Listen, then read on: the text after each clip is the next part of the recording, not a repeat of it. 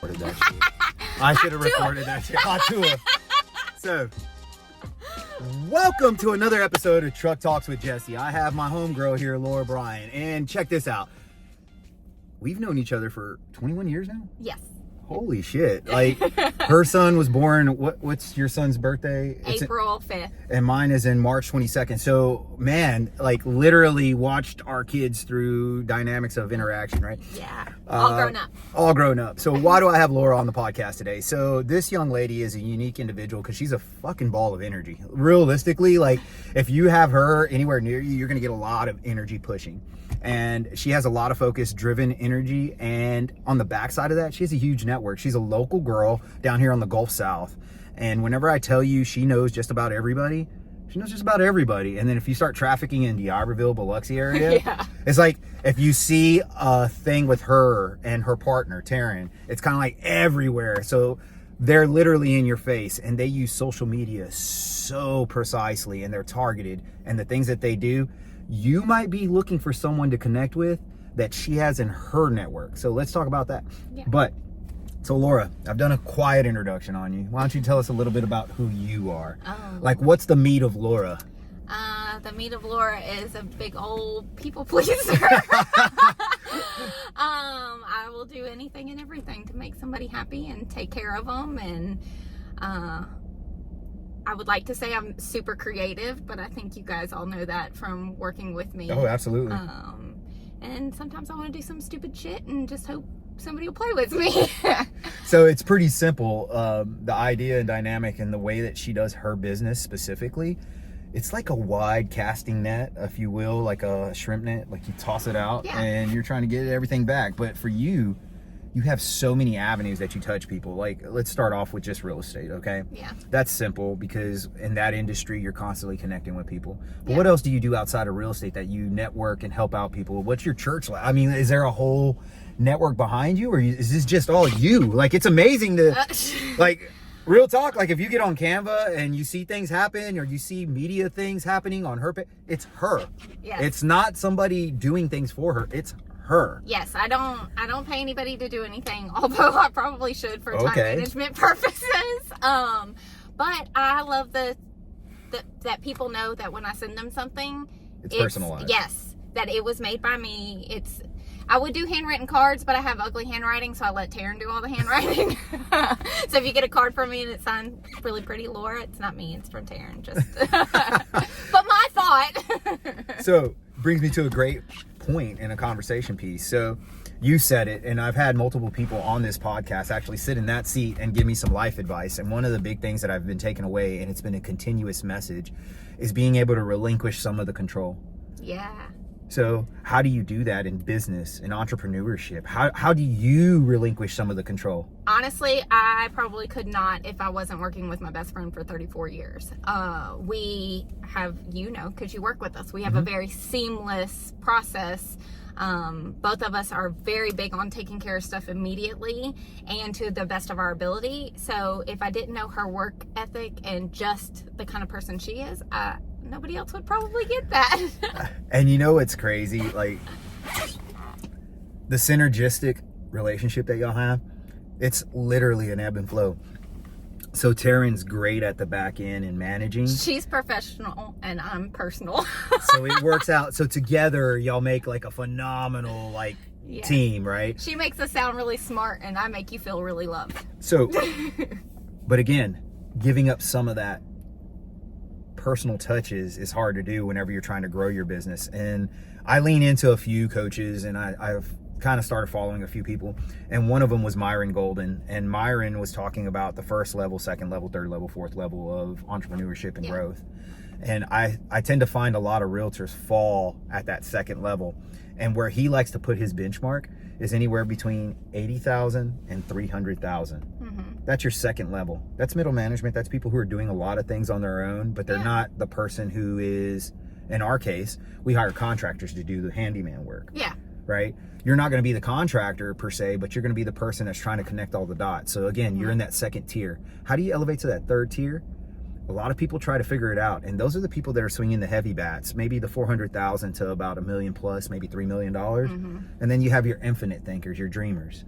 Your fourth level people, Those are different. That's a Walt Disney. Yeah. But the thing is, you have enough energy to capture a Walt Disney brain. I'm working on it. Yeah.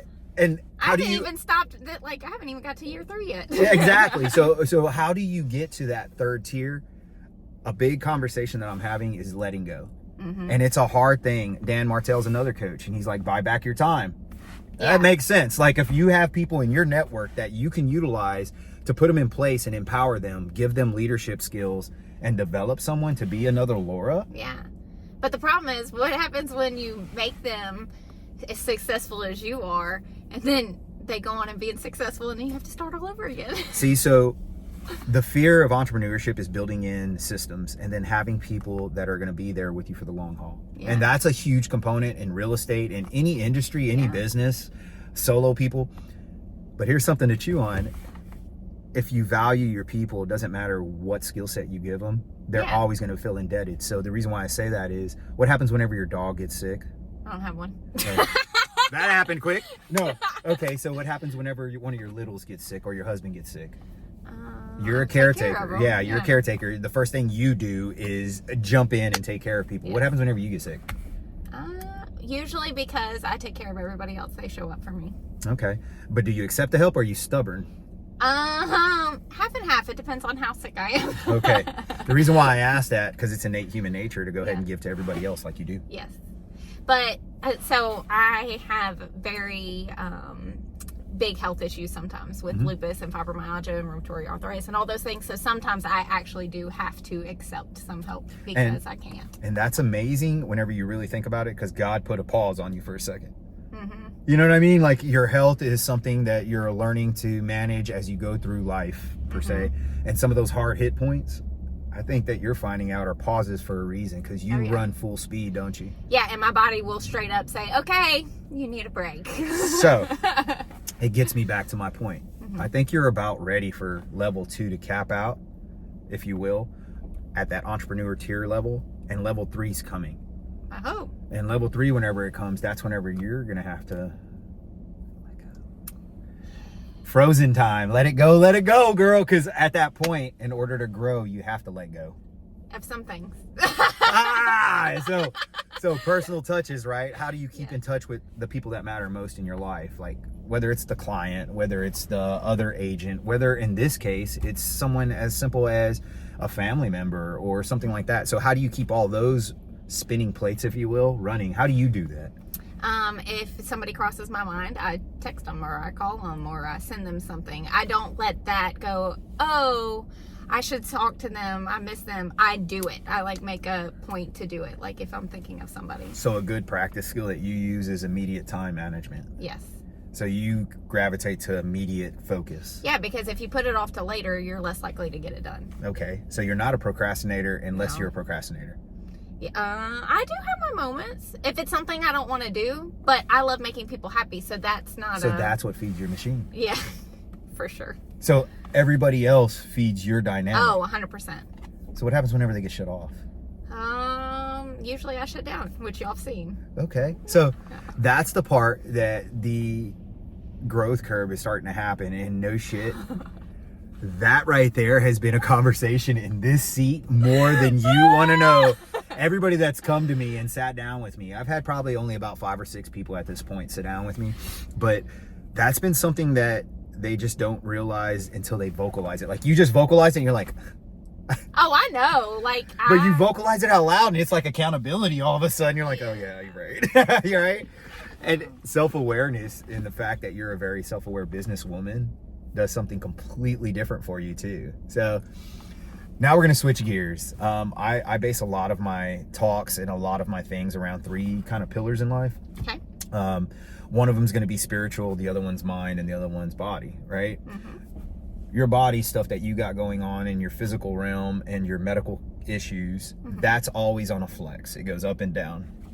Your mental faculties of running full speed and then kind of have to take a break to recharge, running full speed. So again, if you could think of a radio equalizer, right? The little bars that jump up and down whenever sound goes up, that's how everything's triggered around you. And it's a rhythm for you, but your spiritual is a constant, isn't it? Oh, yeah. So that's one thing that I definitely have learned through some of these processes and over the past, I don't know, 5-6 years. Yeah. Is that my spiritual has been a constant, and because of that, whenever this chaos is happening, You still have the calm. it's been a calm. Yeah. And I've had some growth opportunities with other people doing some business ships here recently, and they're not wired like I am. They're not wired like you are. No. People are not wired to just keep going until you can't go no more. Yeah. It really is. I'm starting to learn that expectations of what you have are not the expectations you can put on your people around No, you. you can't. And everybody's different, and it's okay to be different. You just got to find that person's strength. Your strengths may not be the same, but that's also what makes everything great. So what book are you reading right now? Are you reading anything? No, I don't read books. Do you audiobook? Do you podcast? I do not. No. I TikTok. Okay. I do not slow down enough to read. Are you following anybody in particular? Anybody that's influenced you that you can shout out and just kind of say, hey, look.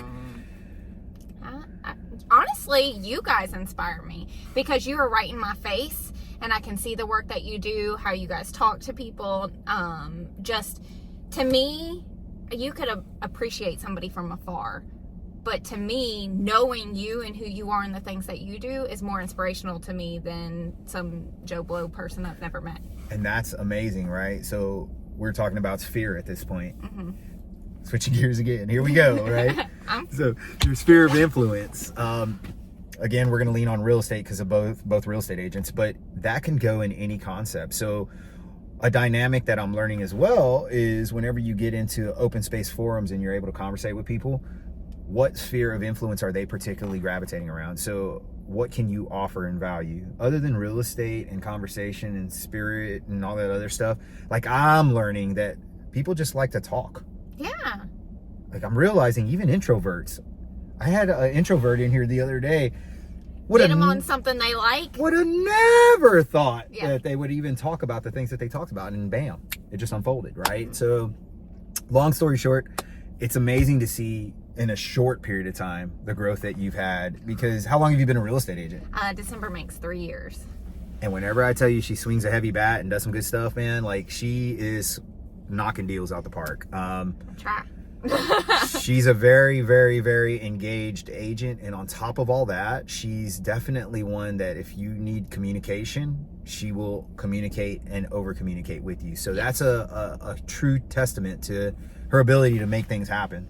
And because she's local, she has all these dang connections. It's amazing, right? It really is. And if you're good to people, people are good to you. So is that kind of like your golden rule? Like, do unto others? For the most part, I mean, you treat people how you want to be treated, and I believe if you give good, you get good. It's pretty simple. I mean, it works. I mean, occasionally people are going to do wrong, but you learn from that, and it's a lesson, first of all, and then there was a reason because you needed the lesson, and then you just move on from those situations if possible. Not me, though. I like to hang on and be like, love me anyway. I'm going to make this awkward. We're going in it together. And then that energy is 24/7, by the Yes. way. It's like, it's not something for the podcast. It's literally. Now, the other thing I want to talk to you about, and the last thing we'll kind of end with, is I love to leave somebody with some value and give you some insight. Okay. And things that I've noticed about you is that you are a huge extrovert, but you have to recharge in your introvert moments. Mm-hmm. And in those moments of clarity, common sense, and just sitting still for a second, even though sometimes it feels like our world's on fire and you want to cuss people out, I get it, trust me. Those moments are the ones that you kind of find a lot of introspective, a lot of self-worth, and some stuff that happens inside you whenever you're being challenged the most. So with your permission, in the future, I'd love to have you back on here and see what growth has happened. And we'll say in about 5 months. I plan to be at level 4 by the time you have me. Oh, well, then let's do it. Like, Let's Walt Disney this shit. yeah, let's Walt Disney this shit. But legit, those are I truly believe, like, there's a handful of people in our lifetime that can get to level 4. Yeah. There's a handful, like an Elon Musk, that's a once in a generation. Yeah. Walt Disney, once in a generation. For sure. Hell, Colonel Sanders, Kentucky Fried Chicken, once in a generation, right? Because now that Colonel Sanders no longer Colonel Sanders, Yeah. but you get what I'm saying. Yeah. So at the end of the day, we have an opportunity for you to make impactful things happen and have that lasting effect. So I always call it the ripple effect, and it's kind of like you're a little pebble in a pond, right? Yeah. So keep doing you, sis. I love to see it. I love to see everything happening in your world, and it's been amazing to see your growth. But every time you jump out and you give that splash of Laura personality, that ripple effect is happening. And again, I do this on every podcast and everybody's like, shut the fuck up. It's the 6 degrees of Kevin Bacon. Yeah. Shout out, Kevin, you're coming. So I'll go if Kevin comes. That's what I'm saying. Everybody wants to see Kevin Bacon. So if you don't, it's a joke. It's a joke. So at the end of the day, man, thanks for taking the time. I know it's a quick little snippet, 15 minutes of your life. I appreciate you taking the time. If you need a real estate agent that's local, somebody that knows people, has connections, has a bubbly personality, and will hold your hand through the process, and doesn't mind answering phone calls and taking things to the finish line for you. No dumb questions. I do this every day. You do not. That's right. So if you need that, hit her up. Her information is going to come across the screen right about now. And as it comes across the screen, if there's anything you have conversation pieces or you want to know anything more about Laura, hit me up, and then we'll set up another truck talk with Jesse so you can actually say where you're growing to. And I love to collab, and Jesse doesn't. So if you ask for us both, I'll make him work a deal with me. Okay, so let's talk about the final piece of today. Collaboration, not competition. Oh, that's my favorite. That's one that we can hit home every day of the week. Yes. Legit. Yeah. So I find that in our industry, there's competitive agents that push against the wall, and then there's collaborative agents that push through the wall. Yes. And if you're looking for a collaborative agent, that's your girl. If you're looking for a competitive agent, that's your girl too. Like, no, I'm not. I find the wall and I still push through it, trust me. But at the end of the day, I truly believe that there's going to be some huge industry moves in the next 3 years, and I'm so excited to do stuff with you. Yeah. I can't wait till we hit our big commercial deal, because I know it's coming. I keep on putting it in the universe, like we're going to do a commercial deal together. Yeah. We're going to make some huge moves for somebody. But ultimately, thank you. Thank you for just being you. I appreciate it. And hopefully this kind of puts a little button on your day. I know it's been a gloomy little rainy day, but it's rainy outside, but it's warm in my heart sitting in you're here such with a nerd. Such a nerd. You love the corny. All right, guys. Truck Talks with Jesse. That's another episode. Laura, thank you for being on it. I know it's kind of a captured moment. I really appreciate it. And we'll get back to you with more guests. And believe me, this is not going to start with just a network opportunity. It's going to end up... Damn, that came out backwards. It's not going to end up with just a network opportunity. It's going to start with that, and then it's going to end up something huge. Yeah. So keep tuning in. Yeah. I don't even know what to say at this point. Yeah. I'll talk to you later. Bye.